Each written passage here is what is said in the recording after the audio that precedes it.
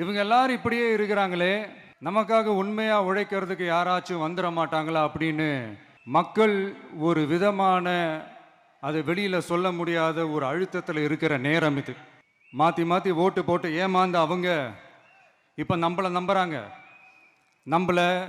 நம்மளுடைய இந்த தமிழக வெற்றி கழகத்தை இந்த விஜய் கூட நிப்பான்னு நம்புறாங்க.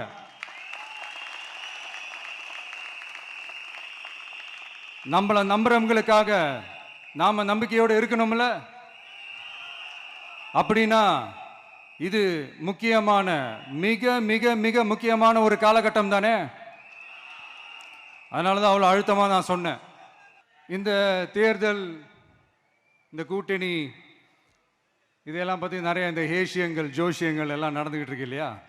என்னப்பா இந்த விஜய் இப்போ தான் வந்திருக்கிறாரு, இவர் கூடலாம் யார் வரப்போகிறா, அவங்க வரமாட்டாங்க, இவங்க வரமாட்டாங்க, அப்படி இப்படின்ட்டு நம்மளை பற்றி ஒரு அண்டர் எஸ்டிமேட் பண்ணிகிட்டு இருக்காங்களே. அதுனா நமக்கு புதுசாக என்ன, 30 வருஷமாக நம்மளை அண்டர் எஸ்டிமேட் பண்ணிட்டு தான் இருக்கிறாங்க. ஆனால் மக்கள் கரெக்டாக நம்மளை எஸ்டிமேட் பண்ணி ரொம்ப அழகா, ரொம்ப அக்கறையா, ரொம்ப தெளிவா, ரொம்ப தீர்க்கமா நமக்குன்னு ஒரு இடத்த கொடுத்துருக்குறாங்கல்ல.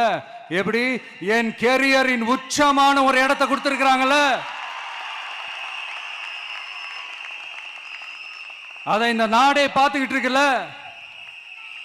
ஏன் அப்படி எனக்கு அந்த இடத்த கொடுக்கணும்? ஏன்னா இந்த விஜய் நம்ம பிள்ளையாச்சே, நம்ம அண்ணனாச்சே, நம்ம தம்பியாச்சேன்னு சொல்லி அவங்க மனசுல அப்படி தோணுது.